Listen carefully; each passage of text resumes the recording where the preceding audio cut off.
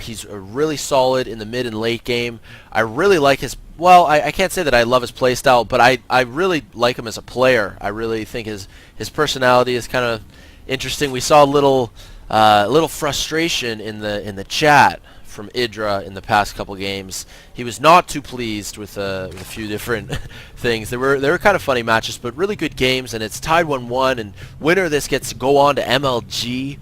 I think the tournament's like next weekend or something. So, you know, there's a lot of money on the line and pride. This is the bread and butter for these guys, really. This is how they make their living, sort of, and I mean, these tournaments are so important to them. So a lot on the line. Let's see what these players choose to go for. They've both chosen very macro heavy builds in the past two matches, the past two games in this set. And yeah, they both went, I mean, command center first and hatchery first. So just about the most macro you can go for. ClouD has been heavily favoring, you know, Blue Flame Hellions and Marines to defend against a lot of Mutalisks in the last game on Metalopolis. So I'm wondering sort of what these guys are going to try. This is Terminus Re, which is a remake of a StarCraft Brood War map, Peaks of Bigdu, I believe it is. And yeah, it's a really macro-oriented map. If you just take a look, this is a 4-player map, just like, you know, many other maps that have been in the map pool for a long time. But there are more bases. There are, what is it, 16 bases on the map for 8, 12, yeah, 16. Compared to, you know, lots of other maps, even 4-player maps only have like 12 or maybe 14 depending on the golds. There are no golds on this map, in fact, just lots of that blue minerals. And both players probably going to want to scout soon. ClouD scouting down to the south position, then he's going to head over to IdrA's base. IdrA, on the other hand, if we take a look at his vision, the Overlord just sort of, you know, making a pass around the outskirts of the map, actually to avoid the Xel'Naga watchtowers in the middle. I do believe that's the explanation for that flight path. Spawning pool on the way. IdrA is going to have 100 gas just a tiny bit after the spawning pool is complete. IdrA now scouting with a drone as well. So he unfortunately is going to find the base of the Terran player very late, but the Terran player ClouD is going to see, okay, very fast hatchery, drones maynarding down, moving into the main. He spots everything. I mean, he's going to see the spawning pool, the single extractor, and yeah, no, are we going to get metabolic boost? Maybe when IdrA has enough minerals. Keep an eye on that spawning pool. This SCV is going to be running the marathon of his life here. A slow but steady decay of his suit as these Zerglings just slowly catch up to him. The SCV is going to survive for sure, though, especially with these Marines coming out. Metabolic boost is on the way, and IdrA continuing to mine gas, just off of 1 gas, though.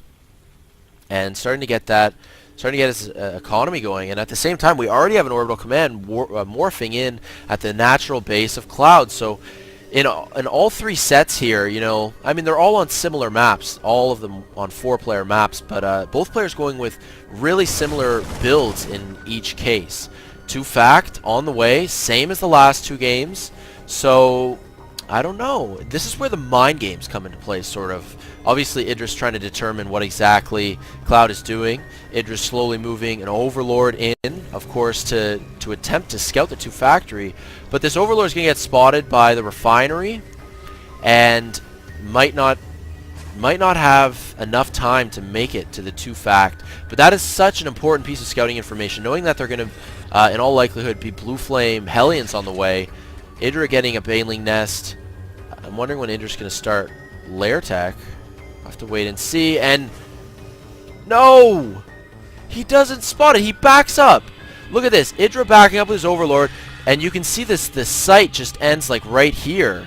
Right here. If he had just moved a tiny bit more in, he would have spotted the 2 factory. And when it comes to this level of pro play, that can be the difference between a win and a loss.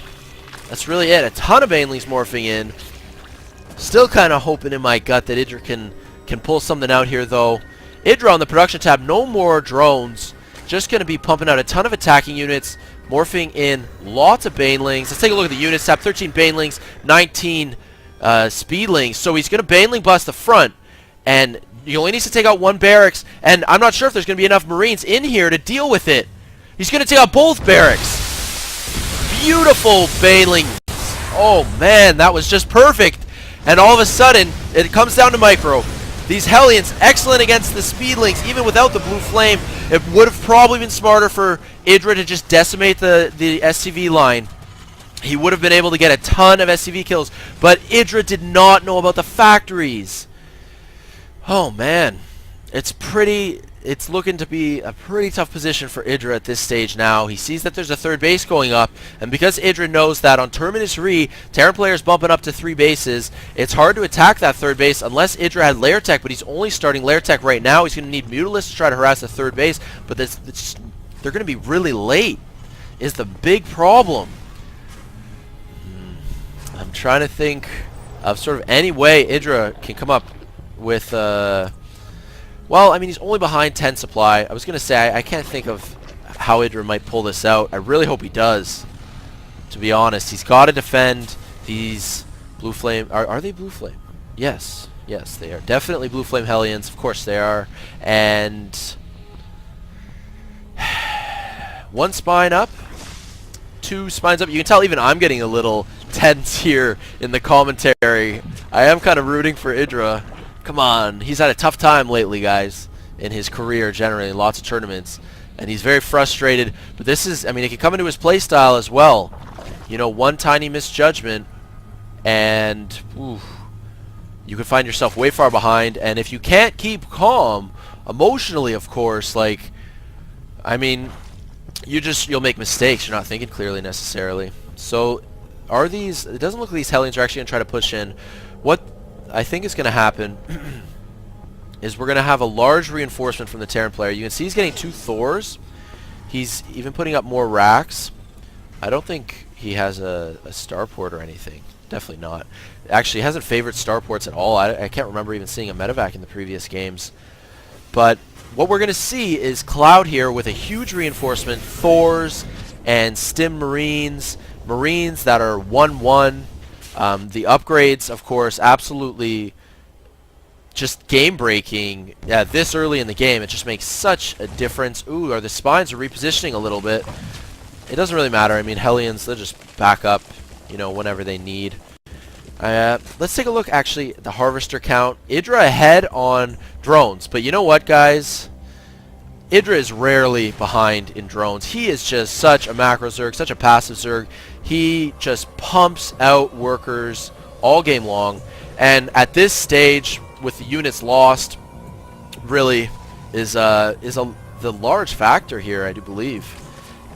It might be hard for IdrA to hold this off, but we'll just have to wait and see. 3 bases now kicking in. Even missile turrets in position. Although, look at this. Ooh, on the production tab. That is pretty deadly. 12 Mutalisks on the way. So it is going to be... It is really going to come down to micro. Look at these timings. The 14 Mutalisks are just all popping out from the hatcheries. Mutalisks are flocking, and they're getting ready to fend off this devastating attack. The Blue Flame Hellions, of course, excellent against the light units on the ground, like the Speedlings. Stim Marines, and then the Thors. The Thors do the splash damage against Mutalisks. So IdrA needs to keep his Mutalisks unclumped. Thors have very long range as well. You got to be careful of those mutas, IdrA. Let's see if IdrA can hold this off. An Overlord going down, and it's just going to look like a slow push as you see the siege tanks are up and running. Siege tanks, Thors, Stim Marines, Hellions. A well-balanced army, and one that's going to be very difficult to deal with. No. No, IdrA's not going to win. I can't imagine... I can't imagine with this many reinforcing units. Hello, marching parade of Terran units. I just don't think it's going to be enough. Although IdrA's got fairly decent income. Let's take a look at the army tab. Terran is still only up by like 30. I mean, yeah, that's hugely significant, but that's not the end of the world. But that's it.